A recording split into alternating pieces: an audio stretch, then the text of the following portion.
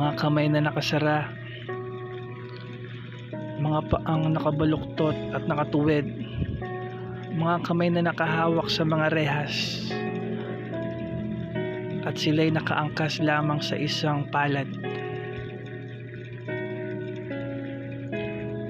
Ako ay mag-isa lamang sa silid-daklatan, at ako'y nakakita ng mga taong naghihibang anyo.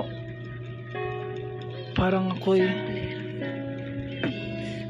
ang sarili nililibang kung paano mananatili.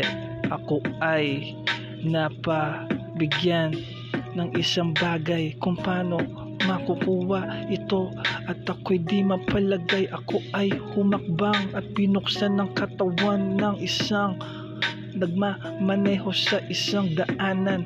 Ako ay bigla na lamang lumutang at ikinalabit ko ang isa. Bigla siyang nagbago at nagpakita ang mata, at ako ay nagtaka. Ang dami ko nang nakuha. Ako pala isang magnanakaw na sa isang planeta na bumagsak.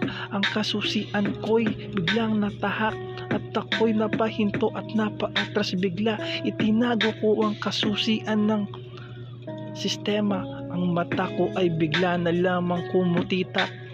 Ang utak ko'y bigla na lang nagsara.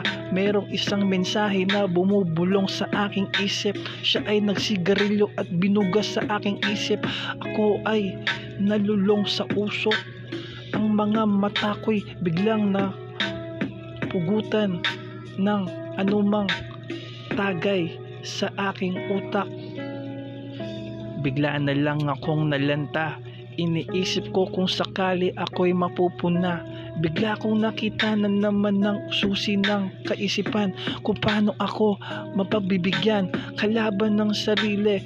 Anino'y nananatili. Ang puso ko'y parang hindi na to baka sakali lamang makapasok ako sa aking utak kung paano siya bigyan ng isang aklat na hindi ikay mapapahamak sa mga sinabi ko. Ako ay para dapat sa ganito. Bigla ko na lang sinaktan ang sarili ko. Bakit sila nakatingin sa akin? Wala ba akong tama na ginagawa? Parang sa hangin lang ako nagpaparamdam na naman ng aking utak kung saan na naman ako nakatingin.